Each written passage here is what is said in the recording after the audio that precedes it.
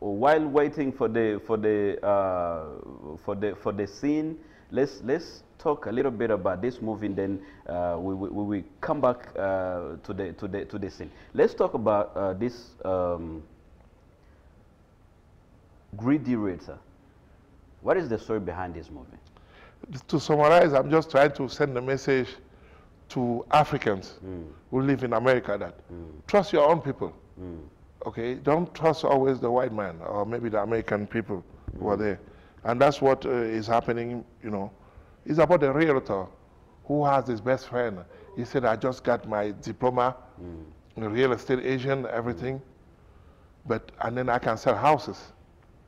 And then his best friend said, no, you can't sell me a house. We came to this country the same time. Huh? You don't know anything. Right. Yeah, connect me to your coworker, the white coworker, to sell me the house. And at the end of the movie, he's going to realize that he made a mistake. He's going to lose his house. Wow. Yeah, because to be a realtor, some people can be shady.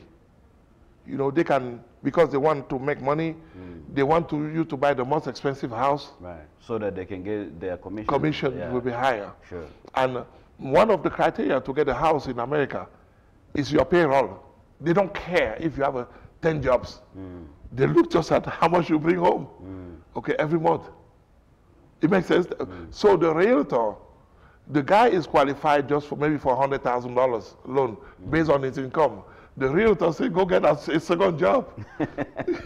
And then that inflates his income, so he can get the loan of $200,000. And you know, the loan based on income is based on what you can afford to pay. Sure. Everything is there. So when he loses the second job after he got the house, he can't continue paying. So the bank gonna take the house back. Oh man. Yeah, because you can only, look, somebody was like in the 50, 60, how is gonna hold 2 jobs? And that's a mistake that a lot of Africans make. If you go to Atlanta, they live in a very big house. To Texas, huge houses. You see nurses, single women nurses. They live in huge houses, but they never stay there. They work so much just to pay the mortgage. They do that. Why come to America? I didn't come here to work hard. I came here to work hard in the beginning, make my money, and then relax. And live my, yeah, they don't understand. You see somebody 60 years old, still working. You know, still working 2, 3 jobs. 2, 3 jobs just to pay for the house that they don't live. The job is taking you away from the house that you bought for. So they think awkward. And that's a problem. At that time, the American guy is playing golf. Maybe as soon as he got his money, he tried to invest, he learned how to invest in the stock market. That's what I'm telling people. Everybody is slave in America if you don't let the money work for you. Don't work for the money. Go make the money work for you, invest. They don't understand. They go take the money, buy big houses. When they say they own the house, they don't own the house. The bank owns it. If you stop paying or you die, the bank will take the house from you. So they don't understand a lot of things. So that's what the movie is about. Right. Yes. I do remember Akon was here in Rwanda, you know, years back, and he was talking about how some of American musicians, artists, or movie actors, or you know, those celebrities, like sometimes what we see on the pay-per-view, what we see on the screen, is not real. That's the same thing you told me. You told me that I look like a big man when you see me every picture, and then I'm not the same person. That's what you told me too, right? You see different person, right? Well, not quite. You know, it's there. You know, the big man I saw on TV is there. You know, still there. You know. I'm getting bigger with this TV show too, huh? Hopefully, yeah. This is big, right? Oh, by the way, I'm sorry to interrupt you. I'm really impressed by your professionalism. Thank you. You know, I gave you just little information about me, but the intensive research you did about me, I'm impressed. Well, you probably know where I live right now, even I'm hiding. To tell you how good you are. Thank you, brother. Thank you. That's my job, you know. That's my job, and I think I do my job pretty good. Thank you. I appreciate that. Well, it seems like this movie, The Greedy Rhetor, is actually, as I said before, in coming from Africa, is, you know, talking much about how people living, you know. Yes. And that's what I saw in your movies. You Yes. know, most of your movies. That's what I saw. You just uncovering Yes. everything. You know, you Yes. putting everything outside, out there. You know. Exactly. So this again, my question. People, you know, I'm speaking from African perspective Perspective. now. You know, so most people don't want to, you know, be known, or because we know some diasporas, you know, they go over there, they do their things, and you know, they act like, you know, everything fine, and most people believe it, you know. Maybe some of them they living well, you know. But in your perspective, do you think African lives is better in the USA or abroad than Africa, than in Africa? Let me answer in a universal way. Wherever you have money, you live well. If they are broke in America, they will live hell. What? Okay? If they have money in Africa, they will live like in a heaven. Sure. So I think, let me tell you the advantage of being in America. That's what I see here in Rwanda. When I go to Cameroon, for example, where I'm from, okay, I see, you know, like, for example, the roads, not good roads, not like the dust. These are things that I don't see here. I can relocate here without any problem. Sure. Because, you know, the roads are good, it's clean, it's, you know, and, you know, the air is, because you don't see dust everywhere. You know, everything is organized. The administration is organized, everything. That's what we miss when we leave America to go to Africa.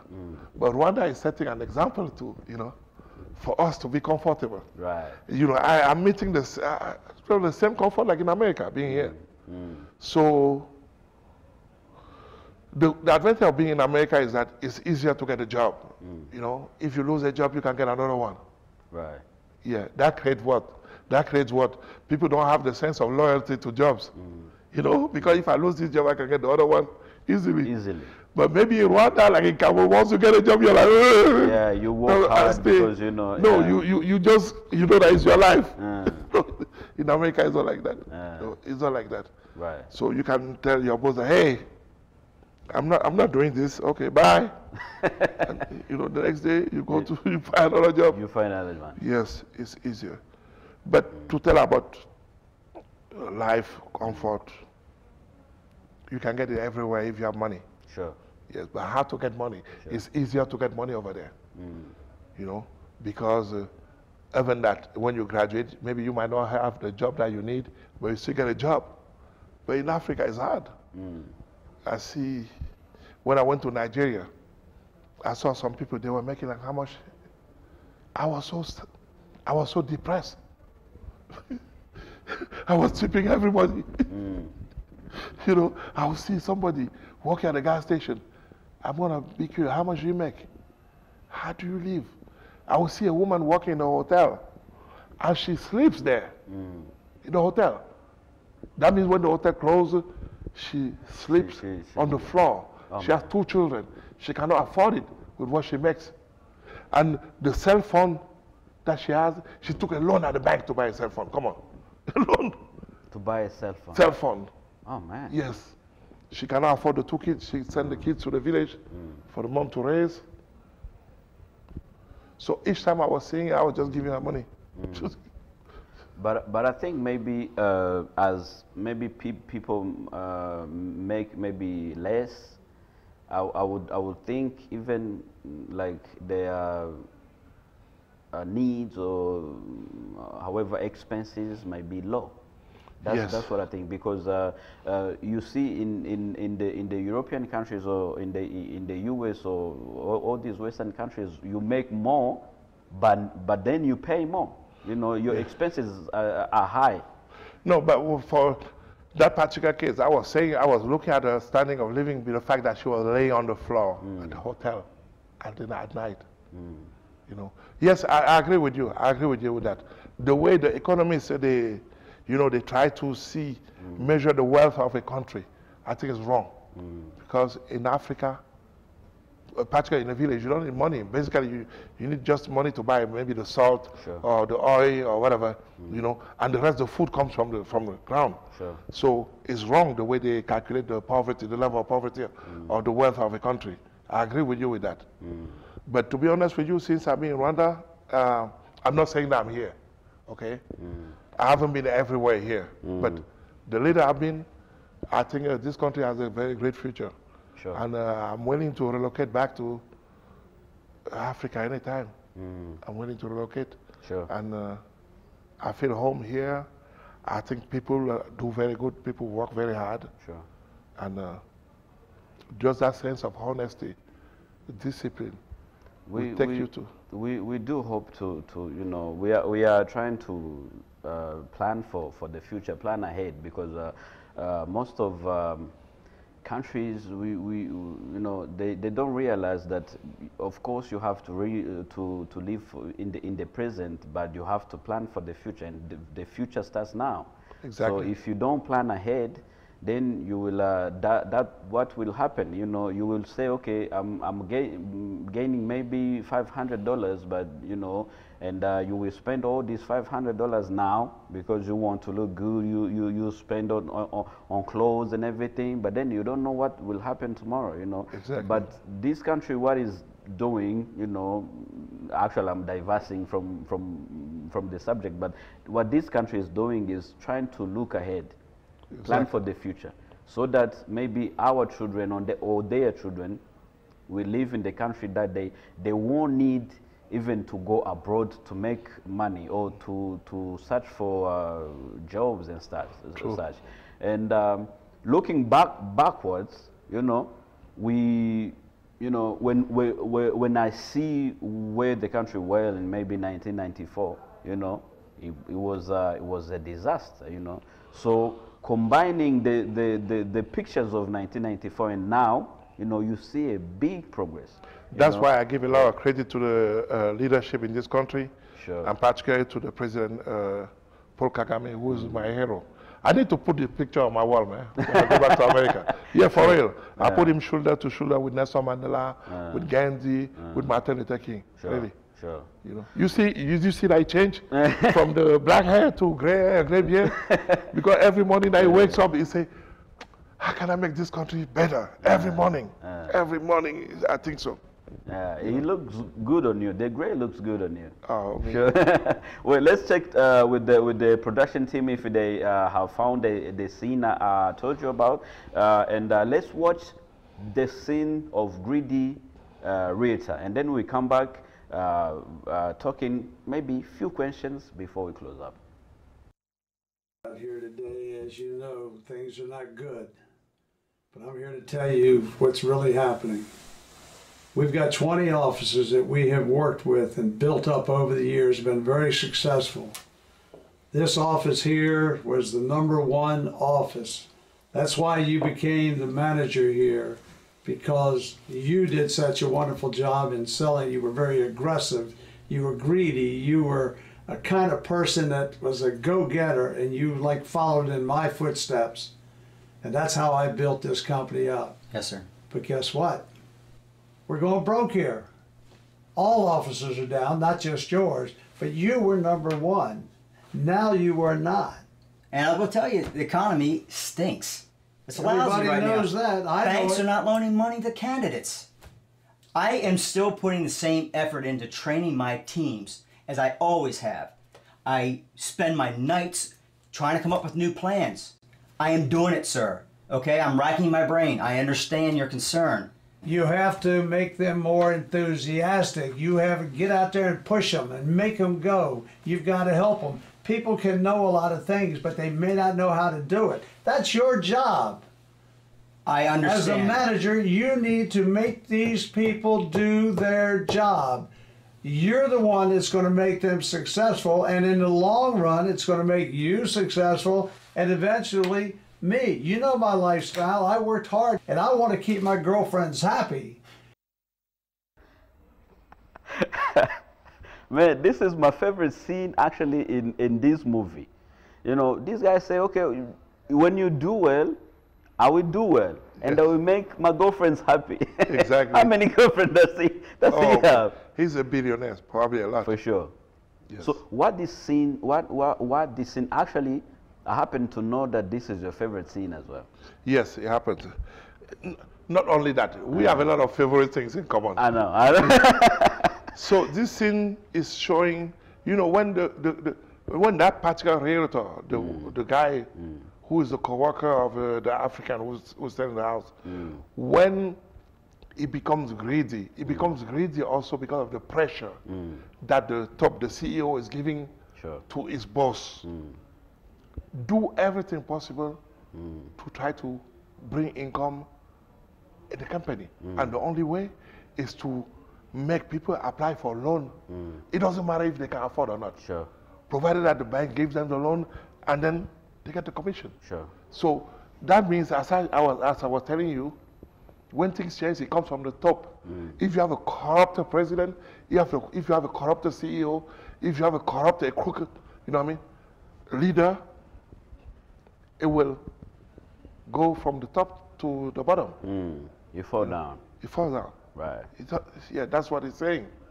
That the greedy realtor, that's why we had the discussion when about you're that. greedy, Who is will fall greedy down. realtor? Yeah. The greedy realtor, is it the CEO or is it the guys trying to sell the house to Africans?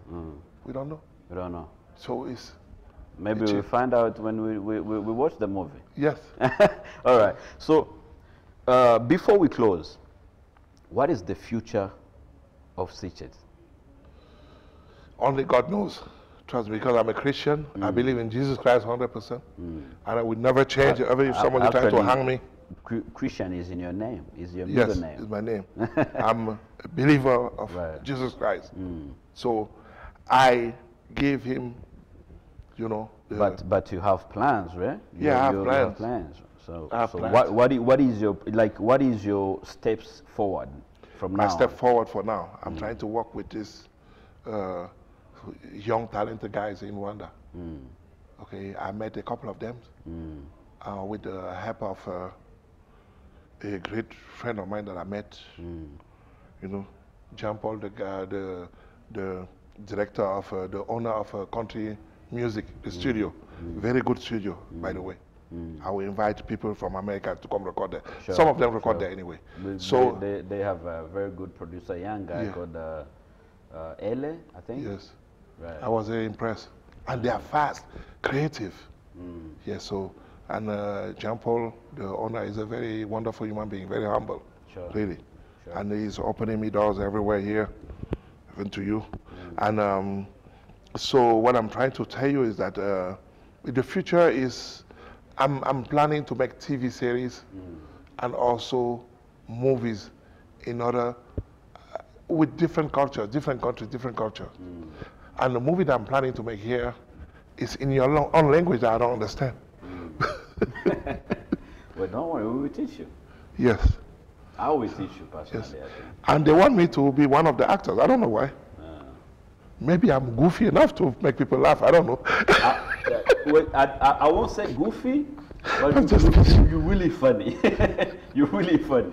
Even I have seen a video once you were at this film festival, and then this guy was like, okay, Sitchet is the funniest guy I've ever seen. You know? So even in your movies, you're funny, and even in real life, I got to know you better. You're funny, you know. So that's a good thing. So maybe you know, you should do more comedy and stuff. Yes.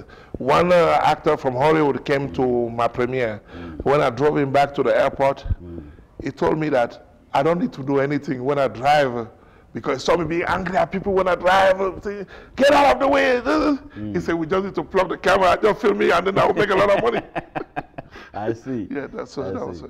So maybe this is a pushy question, but for me it's a curiosity questions. But when can we expect a new movie from Sitchet? New movie. As I told you, I'm working actively with. I have 2 movies already lined up, ready to be released. I have a Ben Sikin. I have a Rira Bianchi, Rira Le Dernier. I have that movie too. About somebody who lives in the U.S. and send money to his brother to build a house. When he comes to back home, he doesn't see anything. He found no house. No house. Yeah, damn. And then yeah, it happens a lot. Yeah, so as I say, I'm telling you realities. See, you are talking much of you know, diaspora's business. Yes.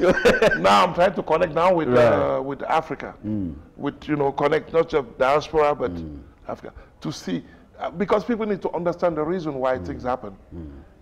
Let me give you an example. Sure. When I look at you, I can tell that you're an honest guy. You went to school. You wanted to be a journalist. It's your dream. But things can happen that will push you to be dishonest. Sure. Because you're trying to survive.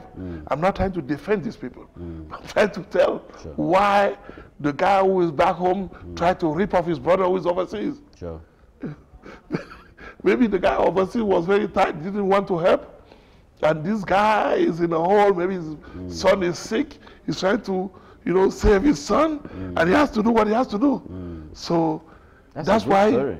That's why. And it happens a lot. Yes. Yeah. That's why I don't judge people at all. I let God judge people because I don't know the cause of what happened before somebody did something. Sure. Never judge nobody. Sure. Let it to God.